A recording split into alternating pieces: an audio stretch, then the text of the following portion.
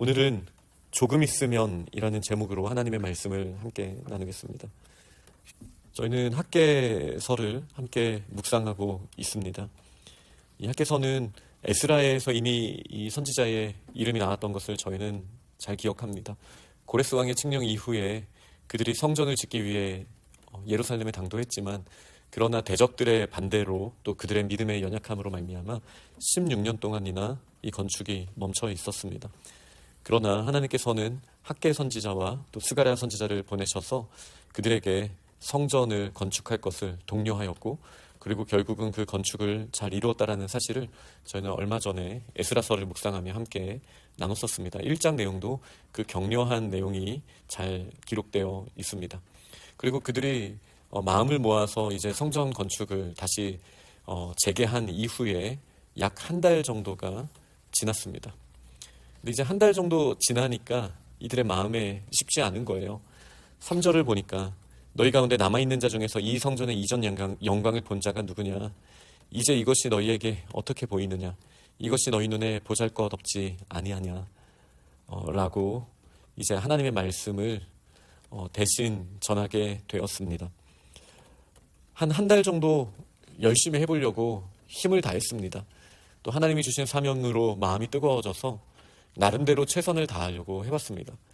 그러나 이렇게 더 열심히 해보려고 했을 때 그들에게 어떤 마음이 들었냐면, 그런데 이런 식으로 해서는 도무지 이전에 우리가 들었던 또 일부 남아있던 사람들 중에서 봤던 솔로몬의 성전의 영광과는 비교할 수가 없겠는데? 라는 그들의 손의 열매를 통해서 보는 낙담함이 있었습니다. 사실 이런 일들은 현대를 살아가는 저희들에게도 반복적으로 일어납니다. 이전에 우리가 교회에서 경험했던 또 하나님이 우리에게 만져주셨던 그 은혜, 처음으로 복음을 깨달았을 때의 그 감격, 그러나 여러 이런저런 이유로 우리의 마음이 또 연약해지기도 하고 강팍해지기도 하는 이런 일들은 우리들에게 늘 반복됩니다. 그러다가 하나님의 말씀이 다시 우리에게 임하여서 우리에게 결단하게 하시고 새로 힘을 내게 하시고 다시 시작해보자 라는 마음을 우리에게 주시고, 또 최선을 다하다가도 한 달이 채 안 되는 이 기간에 이스라엘 백성들이 낙담하였던 것처럼 저희가 결단하고 나아가다가 또다시 넘어지고 과거와 비교하면서 현재의 소망이 없다라고 느낄 때가 있을 수 있습니다. 그래서 한 달이 좀 지났을 때 오늘 2장 첫 절을 보면 일곱째 달 그 달 21일에 이렇게 하나님의 말씀이 임하였습니다. 성전 건축을 재개하라는 명령은 1장 마지막을 보면 여섯째 달 24일이었으니 한 달이 지나지 않은 상황이었던 것이죠. 그런데 이 일곱째 달은 굉장히 의미가 있는 달입니다. 저희가 잘 아는 그 초막절 중입니다. 그러니 이제 비가 오기 시작하는 것이죠. 그러면서도 많은 이스라엘 백성들이 또 예루살렘에 다 모이기로 했던 그런 시간이기도 했습니다. 많이 모였는데 이제 비가 내리면서 그들의 마음이 겨울을 경험해봤던 그들이 이 건축을 우리가 제대로 할 수 있을까라는 그 마음의 어려움이 있을 때 하나님의 말씀이 임하게 되었습니다. 먼저 하나님께서는 4절에 스룹바벨에게 스스로 굳세게 할지어다, 여호수아에게 스스로 굳세게 할지어다, 또 이 땅 모든 백성에게 스스로 굳세게 하여 일할지어다 라고 격려하십니다. 왕과 같은 총독 스룹바벨에게, 또 대제사장 여호수아에게, 그리고 모든 백성에게 이 말씀을 주셨습니다. 학개와 스가랴 선지자에게는 당연히 그 말씀을 주신 것이죠.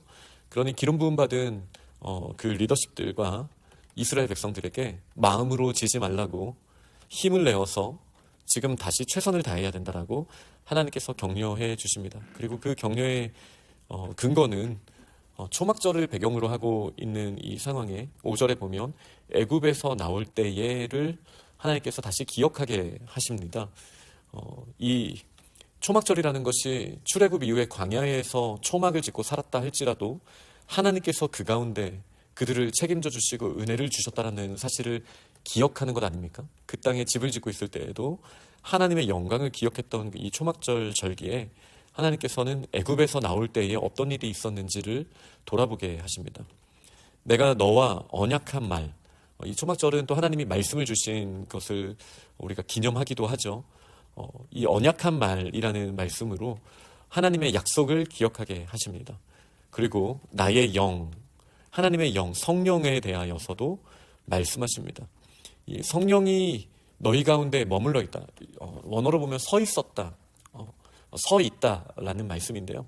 성령께서 출애굽 때 언제 서 계셨습니까? 라고 질문을 한다면 저희들에게 시각적으로는 불기둥과 구름기둥을 또 기억하게 하는 표현이기도 한 것이죠. 그리고 홍해를 가를 때에도 하나님의 영이 임하셨던 것을 저희는 기억하고 있습니다. 그러니 이 초막절 때 아직 성전이 없었던 그때에도 하나님의 약속이 있었고 성령을 보내주시고 또 낮에는 구름기둥으로 밤에는 불기둥으로 그리고 홍해와 같은 장애물이 우리를 가로막고 있을 때에는 그 장애물을 뛰어넘게 하시는 역사하심으로 성령을 보내셔서 우리 가운데 머물게 하셨으니 지금도 조금 있으면 내가 하늘과 땅과 바다와 육지를 진동시킬 것, 또 모든 나라를 진동시킬 것이며 모든 나라의 보배가 이르리니 이 성전의 영광이 충만하게 하리라. 이렇게 하나님께서 다시 한번 말씀해 주시는 일이 있었습니다. 중요한 것은 지금 내 손으로 짓고 있는 이 일의 화려함이나 또 과거와 비교해서 얼마나 지금 멋지게 눈으로 보여지는가가 아닙니다. 우리는 과거의 믿음의 선배들이 그랬듯이 여전히 지금도 하나님을 신뢰하면서 지금 내 눈앞에 있는 하나님께서 원하시는 일을 하나하나 해나가면 됩니다. 물론 그 가운데에는 과거와 비교할 수 없는 초라함이 묻어날 수도 있습니다. 그러나 하나님의 약속은 무엇입니까? 우리 사람의 힘과 능으로 성전을 짓는 것이 아니죠. 우리가 화려하게 짓는다고 해서 하나님의 영광이 그곳에 임하는 것도 아닙니다. 그러나 우리가 순종하며 나아갈 때 하나님께서는 그 놀라우신 영광의 임재를 우리에게 더욱더 충만하게 허락하시겠다 약속하시지 않았습니까? 그리고 그 약속은 저희가 오늘 나온 이 표현, 너희 가운데 영이 머물 것이다, 영광이 충만하게 하리라. 이 말씀은 요한복음 1장 14절을 떠오르게 하는 그 말씀이라고 할 수 있습니다. 네, 말씀이 육신이 되어 우리 가운데 거하심에, 이 말은 장막을 피셨다라는 말이죠.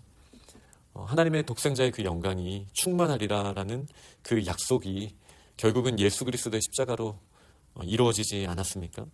여기서 말씀하시는 가장 아름다운 성전은 무엇입니까? 바로 예수 그리스도의 몸입니다.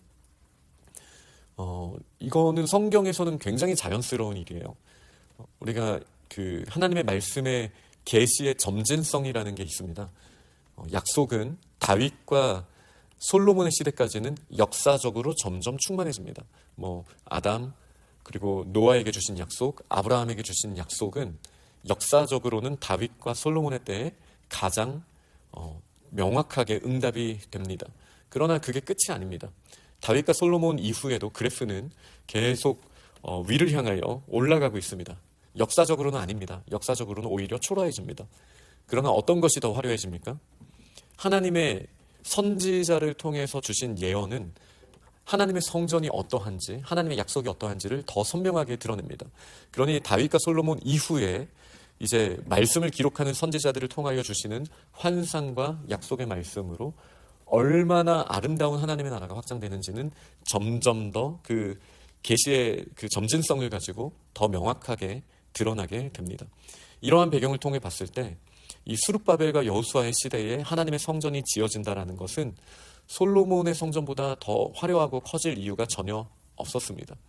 그러나 육신으로 볼 수 있는 성전은 조금 부족해 보인다 할지라도 하나님의 영광은 더욱더 커질 수 있었습니다. 말씀을 통해 더욱 분명하게 계시되었고 그리고 그 말씀을 믿는 자들에게는 이미 그 성전을 통하여서 하나님의 영광은 크게 드러났습니다. 이 두 기울기는 더 시간이 지날수록 점점 더 분명해집니다. 이제 지금으로부터 2000년 전이 되었을 때 성전은 약속이라는 차원에서 봤을 때 더 화려했다라고 말했었습니다. 세상의 이방 신전처럼의 모습을 갖추고 있었던 이 헤롯의 성전을 우리가 솔로몬의 성전, 스룹바벨의 성전의 영광과 비교할 수 있겠습니까? 아니죠. 세속적으로 갖추어진 성전은 결코 그럴 수 없었습니다. 그러니 점점 더 초라한 모습이라고 할 수 있습니다. 그러나 예수 그리스도께서 이 땅에 오셔서 친히 성전이 되어주심으로써 이 약속이 결국은 이루어지게 되었고, 학개서에서도 주신 이 말씀, 가장 아름다운 하나님의 영이 임하심으로 말미암아 가장 아름다운 영광이 충만한 9절 말씀에는 이 성전의 나중 영광이 이전 영광보다 크리라라는 그 약속을 향하여 지금 가고 있는 거예요. 그러니 지금 이들이 기초를 놓고 한 달 정도 되었을 때 이들의 사역이 의미가 없는 것입니까? 그들의 눈으로 보는 것이 전부라고 생각할 수 있겠습니까? 그럴 수 없죠. 심지어 마지막 성전의 모습이라고 할 수 있는 예수 그리스도의 몸에 대해서 이사야 53장은 또 요한계시록은 뭐라고 말하고 있습니까? 흠모할 것이 전혀 없는 모습이지 않습니까? 아름다움은 전혀 묻어나지 않는 모습으로 우리의 눈에 보이는 모습으로는 초라한 모습이었습니다. 그러나 이제 영의 눈으로 봤을 때 가장 아름다운 예수 그리스도의 영광이 드디어 이 땅에 임하게 되었습니다. 우리 교회들도 마찬가지입니다. 지금 예수 그리스도의 몸은 하늘 보좌 우편에 앉아 계시지만, 그러나 성령을 보내심으로 말미암아 그리스도의 몸된 교회가 눈으로 보여지는 시대를 우리는 살고 있습니다. 그 교회가 우리의 눈으로 가장 화려한 시대는 이미 다윗과 솔로몬 시대에 지났습니다. 그런 꿈을 저희가 꿔서는 안 됩니다.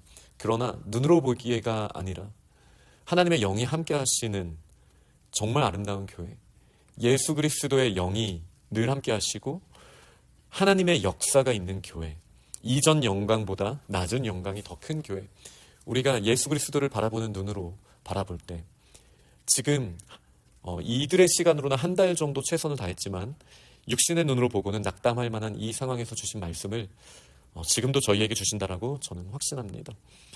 우리가 익숙한 육신의 눈으로 돌아보며 어떤 일에 우리가 낙담하고 있습니까?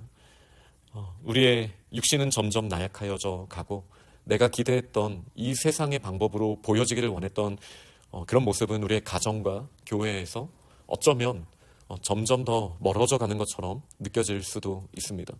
그러나 그것이 전부가 아닙니다. 하나님께서는 더 큰 계획을 예수 그리스도 안에 갖고 계십니다. 그리고 지금 저희에게는 말씀하신 대로 이 기초를 놓고 과거와 비교가 안 되는 초라함처럼 보인다 할지라도 지금도 최선을 다해서 순종하라고 말씀하실 때 이제 오늘 제목처럼 조금 있으면 우리는 하나님의 큰 영광을 보게 될 것입니다. 이것이 믿음의 길입니다. 저희도 우리의 육신의 눈을 의지하여서 지금 최선을 다하는 것이 아니라 하나님의 약속, 출애굽 때 그 영이 임하심으로 말미암아 일용할 양식을 더하여 주시고 매일의 은혜를 더하셨던 그 은혜를 지금도 공급하시는 하나님의 약속을 따라 한 걸음 한 걸음 나아갈 때 우리가 상상도 할 수 없는 예수 그리스도의 몸된 교회, 우리 가정과 우리 교회를 통하여 하나님의 큰 영광이 이전 영광보다 더 크게 나타날 줄 믿습니다. 그렇게 믿음으로 말씀으로 승리하는 우리 공동체가 다 되시기를 간절히 축원합니다. 아멘.